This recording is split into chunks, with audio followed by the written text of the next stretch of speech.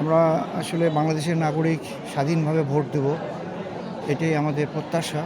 অনেক দিন পর হলেও সে প্রত্যাশা মনে হয় আজকে আমাদের পূরণ হয়েছে এবং খুব আনন্দ উৎফুল্লর মধ্যে দিয়ে আমরা নির্ভয়ে ভোট কেন্দ্রে এসেছি।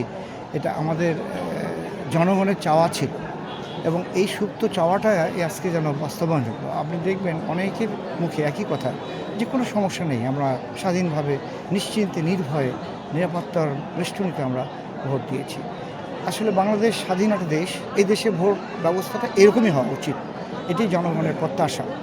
আমরা এই প্রত্যাশা এতদিন পরে দেখলাম প্রত্যাশার আলো বাস্তবায়ন হচ্ছে।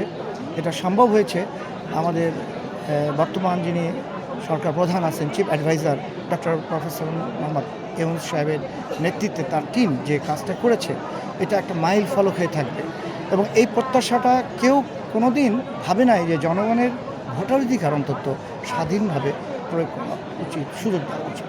এটা দিয়েছে এই জন্য এই কেয়ারটেকার গভর্নমেন্ট, চিফ অ্যাডভাইজার তার টিমকে অনেক ধন্যবাদ। এবং আমি মনে করি যে আগামী দিনগুলোর ভোট এইভাবে ব্যবস্থাপনা হওয়া উচিত। কোনো পেশি শক্তি নয়, কোনো গায়ের জন্য নয়, কোনো রাজনৈতিক হইচই নয়, কোনো মাইকিং নয়, কোনো পোস্টারিং নয়। কেন ভোট হচ্ছে না? এটা কি একটা আদর্শ স্ট্যান্ডার্ড হিসেবে ধরে নিলে উই থিঙ্ক যে আগামী বাংলাদেশের ভোট ব্যবস্থা এইভাবেই শান্তিপূর্ণ চলমান থাকবে। এই প্রত্যাশা নিয়ে আপনাদের যারা আপনার মিডিয়া এটাকে তুলে ধরছেন, আমি বলবো যে সত্যকে তুলে ধরেন, মানুষের মনের খবরটা নেন এবং জনগণকে এই মনের কষ্টটা প্রকাশ করার সুযোগ করে দেন। তাহলে আমাদের দেশের যে সকল রাজনীতিবিদ আছেন তারা বুঝবেন জনগণের আসল চাহিদাটা কী, তারা কী চায় এবং সেখান থেকেই বাংলাদেশের উন্নয়নের ধারা ধাবিত হবে। আমি সবাইকে ধন্যবাদ দিচ্ছি। ধন্যবাদ।